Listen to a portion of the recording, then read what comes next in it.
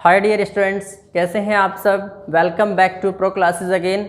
आज समझते हैं हम प्रीपोजिशन के पार्ट नंबर 8 में बाई का प्रयोग समझते हैं। और ये वीडियो आपके लिए बहुत खास होने वाली है क्योंकि हम इसमें आपको प्रीपोजिशन बाई का अलग अलग कॉन्सेप्ट में, अलग अलग अर्थ में प्रयोग समझाएंगे और आपके जो डाउट्स हैं सब क्लियर हो जाएंगे और आपको अच्छे से समझ भी आ जाएगा गाइज। तो आइए चलते हैं प्रीपोजिशन के पार्ट नंबर 8 में। तो देखिए, बाई के सभी प्रयोग, बाई के हमें सभी प्रयोग समझने। बाई का ज्यादातर इसका अर्थ होता है के द्वारा, परंतु इसके कई और भी मीनिंग होते हैं। मैं आपको कई बार पहले से भी बता चुका हूं कि बाई एक सिंपल प्रीपोजिशन है और भी सभी सिंपल प्रीपोजिशंस का कभी भी अर्थ इनका फिक्स नहीं होता है। अलग अलग कॉन्सेप्ट में अलग अलग इनका अर्थ निकलता है। तो आप कॉन्सेप्ट को समझिए, डाउट्स क्लियर कीजिए ताकि आप एग्जाम्स में अच्छा स्कोर गैदर कर सकें। ठीक है, तो देखेंगे नंबर 1 के द्वारा या से के अर्थ में। बाई का अर्थ होता है के द्वारा।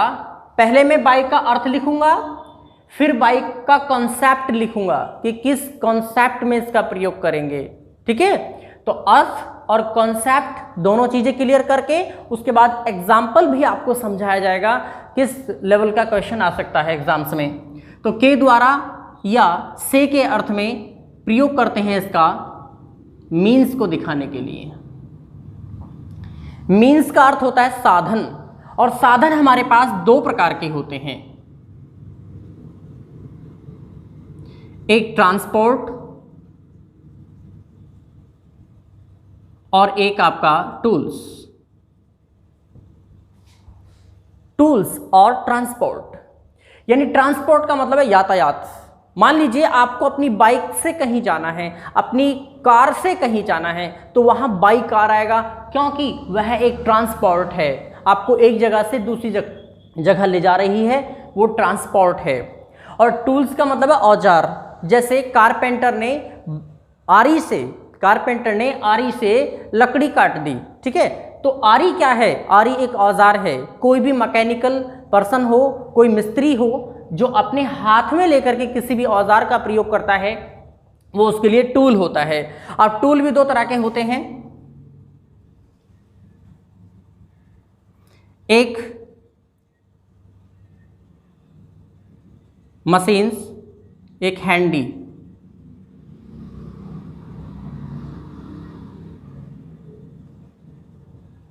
तो जो मशीन से होती हैं और हैंडी टूल्स होते हैं, हैंडी का मतलब है हाथ में लेकर जिनका प्रयोग करते हैं, जैसे हथौड़ी हो सकती है, आरी हो सकती है, बहुत सारी और भी चीजें हो सकती हैं, प्लास हो सकता है और भी पेचकस हो सकता है जिसका हम हाथ में लेकर के प्रयोग करते हैं, उन्हें हैंडी टूल्स कहते हैं। लेकिन जो मशीनें हैं उन्हें हम हाथ में नहीं लेते हैं, बल्कि हाथ से उनको चलाते हैं, उनको रन करते हैं, उनको चलाते हैं हाथ से। तो मशीन्स के लिए क्या प्रयोग होगा, हैंडी टूल्स के लिए क्या प्रयोग होगा, और ट्रांसपोर्ट के लिए कौन सा प्रीपोजिशन प्रयोग होगा, आपके सारी चीजें, सारे कॉन्सेप्ट यहां पर क्लियर हो जाएंगे डियर स्टूडेंट्स। तो देखेंगे सभी ट्रांसपोर्ट के लिए, जितने भी सभी ट्रांसपोर्ट होते हैं सभी के लिए हमेशा बाई का प्रयोग होता है, और जितनी भी मशीन्स होती हैं सबके लिए हमेशा बाई का प्रयोग होता है। लेकिन जितने भी सभी हैंडी टूल्स होते हैं इनके लिए विद का प्रयोग होता है। तो डियर गाइस, यहां पर आप विद का कॉन्सेप्ट कैसे आ गया, जबकि हम पढ़ा रहे हैं बाई का कॉन्सेप्ट। बाई के कॉन्सेप्ट में ही विद का कॉन्सेप्ट छुपा हुआ है। मैंने आपको अभी बताया है कि के द्वारा के अर्थ में या से के अर्थ में ट्रांसपोर्ट के लिए बाई का प्रयोग करते हैं और मशीनों के लिए भी बाई का प्रयोग करते हैं, जबकि हैंडी टूल्स के लिए हमेशा हम विद का प्रयोग करते हैं। जैसे मैंने पेचकस से कोई बुल्ट खोला या कोई पेच खोला तो उसके लिए विद आएगा। मैंने कलम से एक पत्र लिखा, I wrote a letter with a pen, वहां विद आएगा। क्यों? क्योंकि पेन का हमने हाथ में लेकर यूज किया, वो हैंडी टूल है। जबकि अगर मैं ये कहने लगूं कि मेरे भाई ने मशीन से कपड़े सिले, तो विद मशीन नहीं, बाई मशीन, क्योंकि मशीन एक तरह से मैकेनिकल टूल है और मैकेनिकल टूल के लिए हमेशा हम क्या लगाते हैं, बाई लगाते हैं, और ट्रांसपोर्ट के लिए हमेशा बाई का प्रयोग करते हैं। अब मैं आपको एग्जाम्पल के थ्रू एक्सप्लेन कर देता हूं।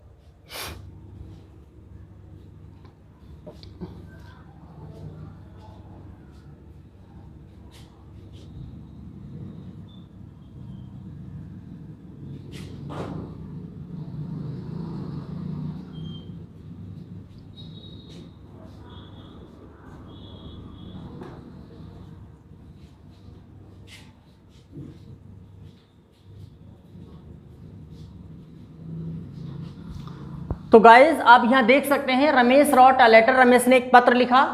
किससे लिखा? पेन से। अब पेन कैसा है? पेन एक हैंडी टूल है, हाथ में लेकर हम इसका प्रयोग करते हैं।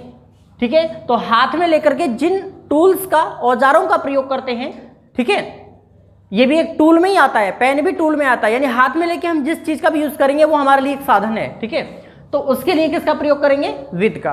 तो यहां कौन सा प्रीपोजिशन ठीक है? विद। अब आते हैं एग्जाम्पल नंबर 2 में। जैसे ही ट्रेवल्ड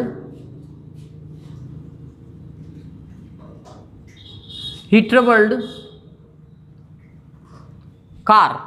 अब उसने कार से यात्रा की, ठीक है, फॉर दिल्ली, यानी उसने, कोई पर्सन है, ही कोई भी पर्सन हो सकता है, उसने ट्रेवल किया है कार से। तो कार क्या है?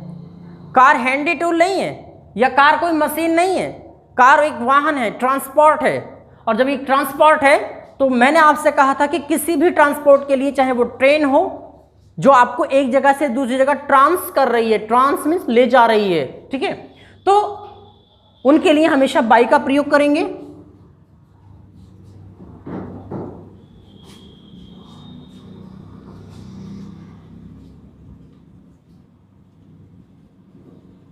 तो अब इसमें कौन सा ऑप्शन ठीक है? इसमें ऑप्शन आपका बाई ठीक है। क्यों? क्योंकि हमें पता लगा है कि वो एक ट्रांसपोर्ट है और ये आपका हैंडी टूल है, और जितने भी हैंडी टूल्स होते हैं उनके लिए विद का प्रयोग करते हैं, जितने भी ट्रांसपोर्ट्स होते हैं उनके लिए हम बाई का प्रयोग करते हैं, चाहे आपकी साइकिल ही क्यों ना हो, क्योंकि वो भी आपको ट्रांस करती है। ट्रांस मीन्स ले जाती है, एक जगह से दूसरी जगह ले जाती है। एक एग्जाम्पल इसका और समझ लेते हैं अच्छे से, थोड़ा सा प्रैक्टिस हो जाएगा। जैसे ही या राजेश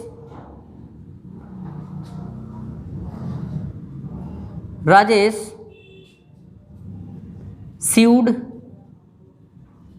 the clothes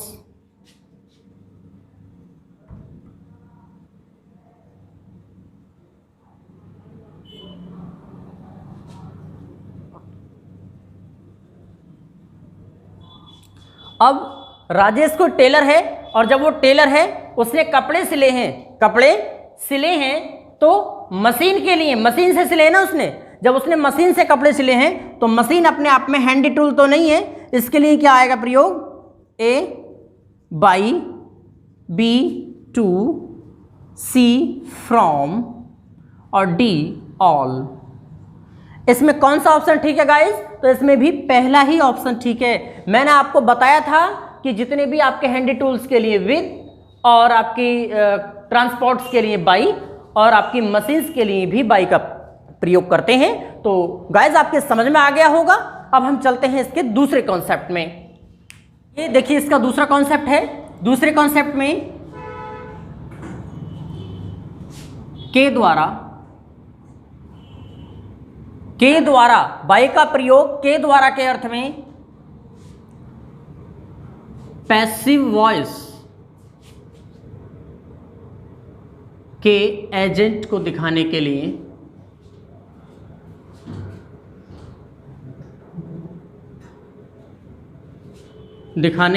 करते हैं।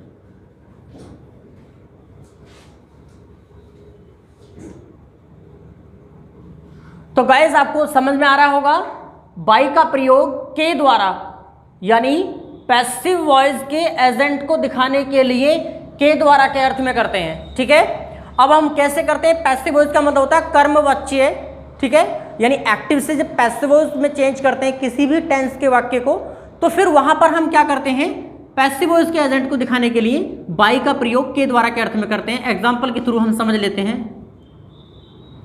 जैसे this letter was written by, यहां पर यह लेटर लिखा गया किसके द्वारा, अब के द्वारा के अर्थ में हम किसका प्रयोग करें, एजेंट को दिखाएंगे। एजेंट कोई भी हो सकता है, जैसे कि अंकित, अंकित के द्वारा लिखा गया, तो ए विथ, बी टू और सी बाई, बी स्मॉल बना के रखेंगे, और डी ऑल। तो इसमें कौन सा ऑप्शन ठीक है गाइस, बाई ऑप्शन ठीक है, यानी आपका सी ऑप्शन ठीक है। और जब सी ऑप्शन क्यों ठीक है, क्योंकि ये वाक्य के साथ वॉज के साथ थर्ड फॉर्म दे रखा है। जब भी वॉज या वर के साथ थर्ड फॉर्म या किसी अदर हेल्पिंग के साथ थर्ड फॉर्म दिया हो तो हम समझेंगे कि सेंटेंस पैसिव में है, और पैसिव में है तो इस एजेंट को दिखाने के लिए, एजेंट का मतलब कर्ता को दिखाने के लिए, ठीक है। यहाँ अंकित कर्म का कार्य कर रहा है, लेकिन है तो वो एक तरह से कार्य को करने वाला ही, तो फिर उसको दिखाने के लिए, एजेंट को दिखाने के लिए किसका प्रयोग कर रहे हैं, बाई का प्रयोग कर रहे हैं। अब इसका तीसरा कॉन्सेप्ट है के पास से होकर। अब ये बड़ा एक स्पेशल कॉन्सेप्ट होने वाला है आपके लिए, बहुत कम स्टूडेंट्स इसको समझ पाते हैं, कई बार कंफ्यूज भी हो जाते हैं ऐसे कॉन्सेप्ट्स में। तो बाई का प्रयोग के द्वारा के लिए भी करते हैं, बाई का प्रयोग के पास से होकर के लिए भी करते हैं। जैसे के पास से होकर का मतलब है कि पास थ्रू, किसी चीज के पास से होकर के लिए भी करते हैं। जैसे मान लीजिए कहीं से आप होकर जा रहे हैं, आप नॉर्मली किसी से कह रहे हैं कि मैं अपने ऑफिस को आपके घर से होकर जाता हूं, घर के पास से होकर जाता हूं प्रतिदिन, या एग्जाम्पल के थ्रू हम समझ लेंगे। इसका कॉन्सेप्ट यही है, अर्थ भी इसका यही है। एग्जाम्पल हम समझ लेते हैं, आई गो द पोस्ट ऑफिस,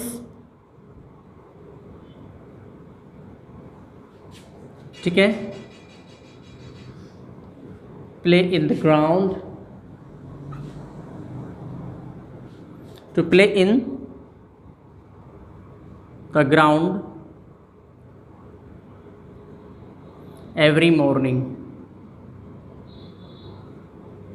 अब ये सेंटेंस कह रहा है गाइस, मैं जाता हूं, मैं जाता हूं, A option to, B option आपका बाई, सी ऑप्शन विद, और D option none of these, none of.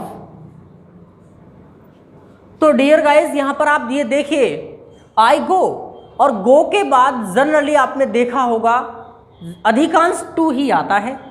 मैं पोस्ट ऑफिस को जाता हूं, अब जाता कौन हूं मैं, कहां, पोस्ट ऑफिस नहीं जा रहा मैं। आप सेंटेंस के आगे देखिए, यानी मेरा जो टारगेट है वो पोस्ट ऑफिस पहुंचना नहीं है, मेरा टारगेट ग्राउंड है, मैं ग्राउंड में खेलने जाता हूं। यहां से वाक्य का सेंस चेंज हो रहा है, यानी गो के बाद जो टू आता है वो यहां है, इन्फिनिटिव वर्ब के साथ है, ठीक है। तो ये कह रहा है कि आई गो, मैं जाता हूं the post office, post office को, ठीक है, टू प्ले, खेलने के लिए, इन द ग्राउंड। अच्छा एक बात बताइए, पोस्ट ऑफिस क्या है, पोस्ट ऑफिस कोई ऐसी जगह है जहां पर हम खेल सकते हैं, नहीं, ऐसी जगह नहीं है ना। तो इसका मतलब है कि वह लड़का पोस्ट ऑफिस के सामने से होकर ग्राउंड में खेलने जाता है प्रतिदिन सुबह को। तो यहां पर मोस्टली स्टूडेंट्स कौन सी प्रीपोजिशन का प्रयोग करेंगे, टू का, क्योंकि उन्हें पता है कि गो के बाद प्रीपोजिशन टू आता है। लेकिन ये बात हमेशा सच नहीं है, गो के बाद टू आता है, ये बात ठीक है, लेकिन कभी कभी कॉन्सेप्ट इस तरह से दे देता है और हमसे पूछ लेता है कि यहाँ कौन सा प्रीपोजिशन आएगा। अब यहाँ पर प्रीपोजिशन आएगा बाई, क्यों, क्योंकि ऑलरेडी, क्योंकि आप जानते हैं कि पोस्ट ऑफिस और प्ले दोनों चीज़ों में डिफरेंस है। पोस्ट ऑफिस खेलने के लिए नहीं होता है, पोस्ट, ऐसा तो कह सकते हैं कि मैं पोस्ट ऑफिस से होकर प्रतिदिन सुबह को खेलने ग्राउंड में जाता हूँ, तो इस तरह से हम कह सकते हैं, ठीक है। तो यहाँ कौन सी प्रीपोजिशन आएगी सुटेबल, बाई, बाई का प्रयोग करेंगे गाइस। तो आप इसका एक छोटा सा स्क्रीनशॉट ले सकते हैं, समझ में आ गया होगा आपके। इस बाई का प्रयोग पास या निकटता को दिखाने के लिए भी करते हैं। बाई के मैंने आपसे पहले ही बताया था, स्टार्टिंग में बताया था, कई अर्थ होते हैं, कोई इसका एक निश्चित अर्थ नहीं होता है। तो बाई का प्रयोग पास या निकटता को दिखाने के लिए भी करते हैं। जैसे एग्जाम्पल के रूप में हम कह सकते हैं, प्लीज कम एंड सिट।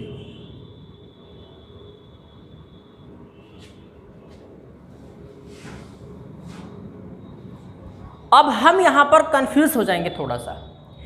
जब मैंने आपको बिसाइड और बिसाइड्स पढ़ाया था तो मैंने आपको बिसाइड के बारे में बताया था कि बिसाइड का प्रयोग पास या निकटता के लिए, यानी बाय द साइड ऑफ के लिए, उसका भी प्रयोग करते हैं। तो यहां पर हम थोड़ा समझ लेंगे अच्छे से। बाय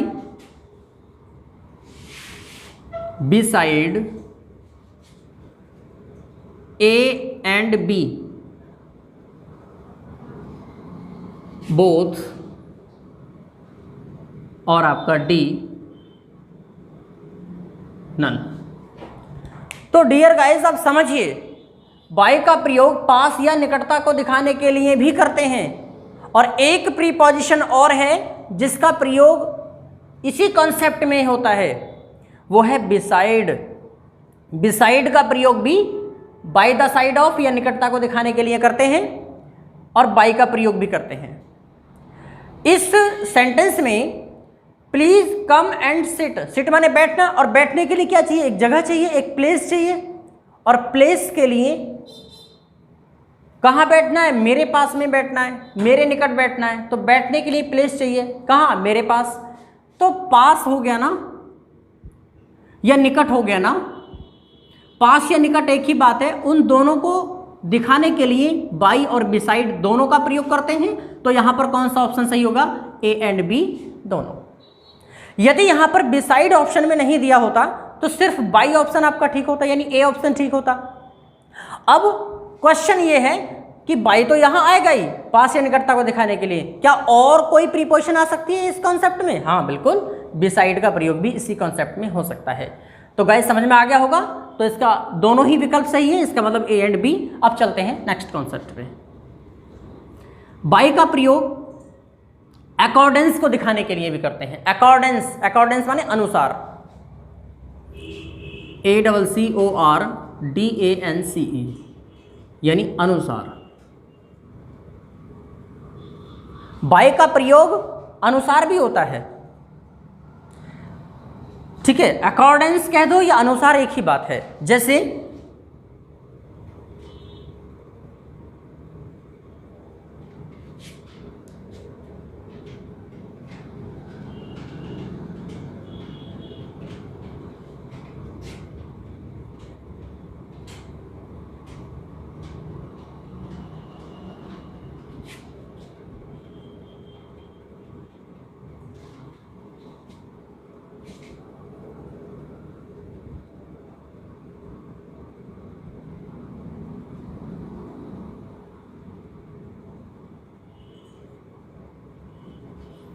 तो गाइस देखेंगे, बाय माई वॉच।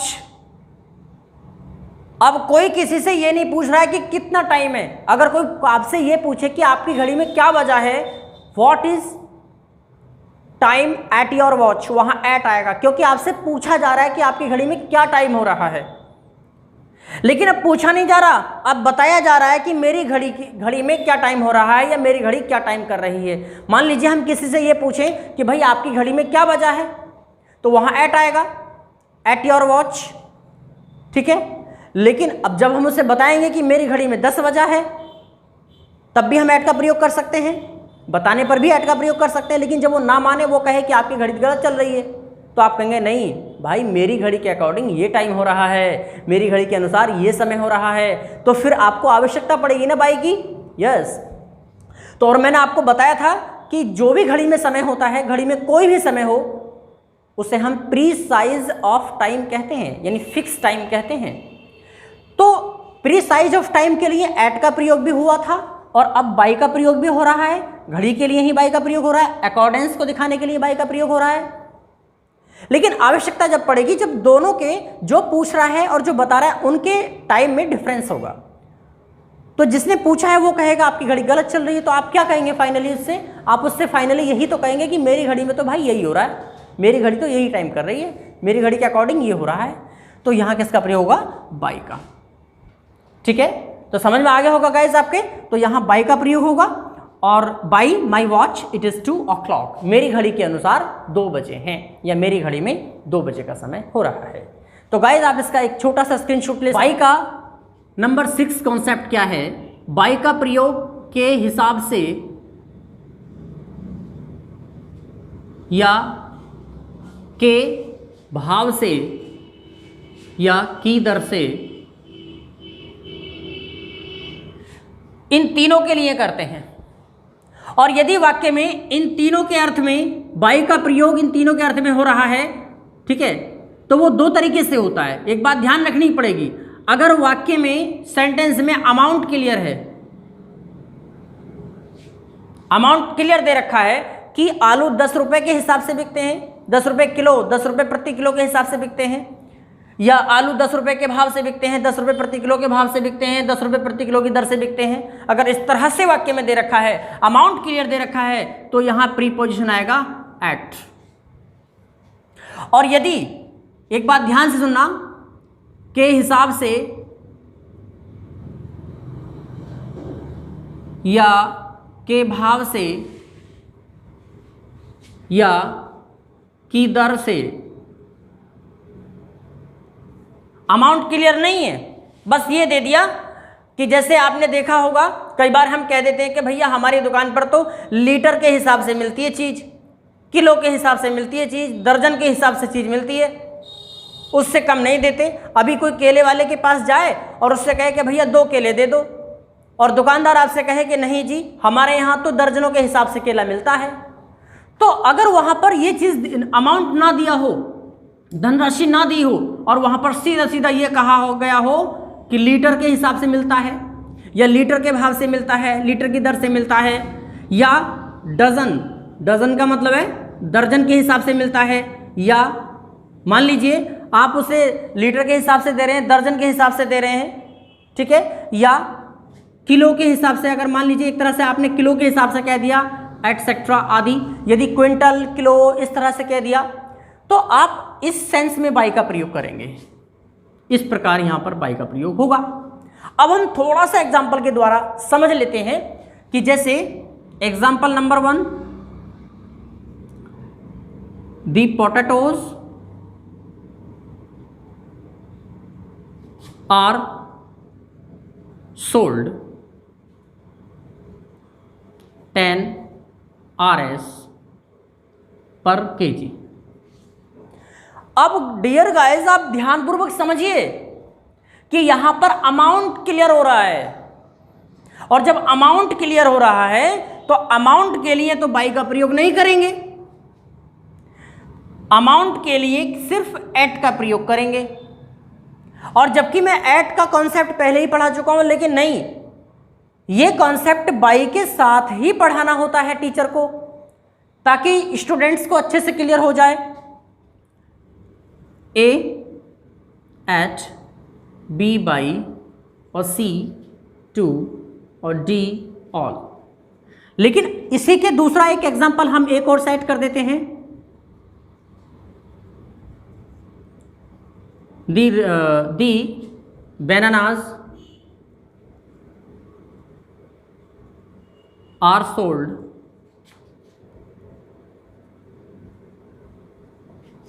अब आप देखिए कॉन्सेप्ट बिल्कुल चेंज है। यहां पर रुपए की बात हो रही है क्या? नहीं हो रही है। यहां अमाउंट की बात नहीं हो रही है, और यहां किसकी बात हो रही है? दर्जन की बात हो रही है।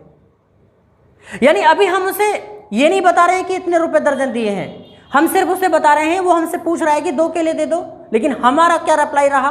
हमारा सिर्फ ये रिप्लाई रहा कि भैया यहाँ पर जो बनाना बिकते हैं, केले बिकते हैं, वो हमेशा दर्जन के हिसाब से ही बिकते हैं। तो कौन सी प्रीपोजिशन आएगी?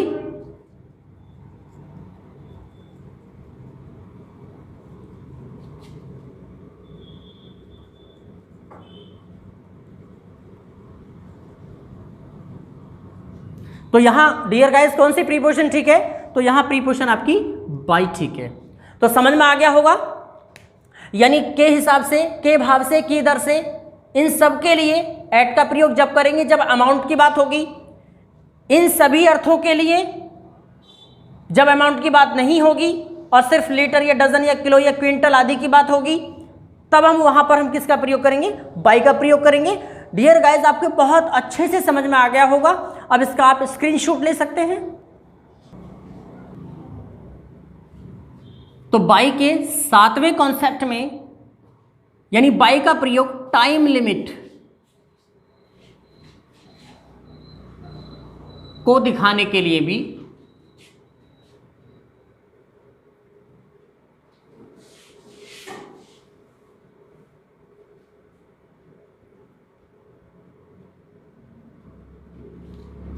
यानी बाई का प्रयोग टाइम लिमिट को दिखाने के लिए भी करते हैं। हम किसी से नॉर्मल ये क्वेश्चन करें कि क्या आप इस काम को 10 बजे तक कर सकते हो, तो वहां टाइम लिमिट के को दिखाने के लिए बाई का क्या अर्थ निकलेगा? तक। एग्जाम्पल के रूप में हम समझ लेते हैं,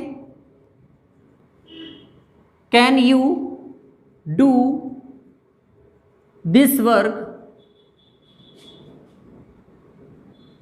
10 o'clock। 10 o'clock। तो डियर गाइज, यहां पर बात ये देखिए क्या हो रही है।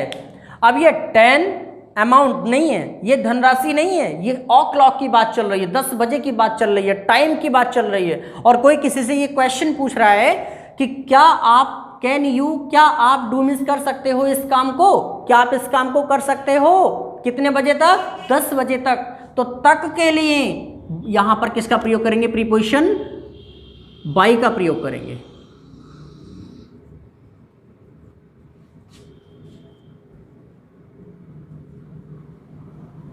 तो कौन सी प्रीपोजिशन ठीक है गाइस? बाई।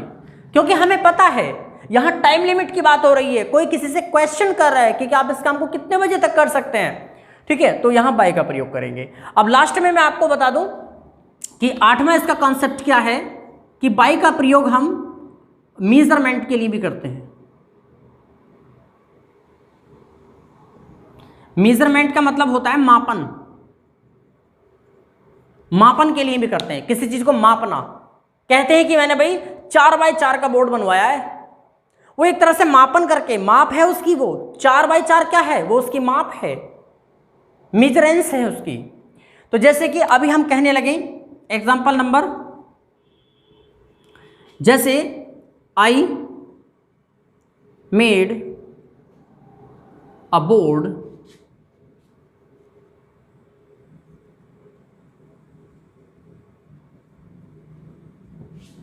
ठीक है, तो यहां क्या आएगा? एट, बाई, सी, ऑन और डी नन।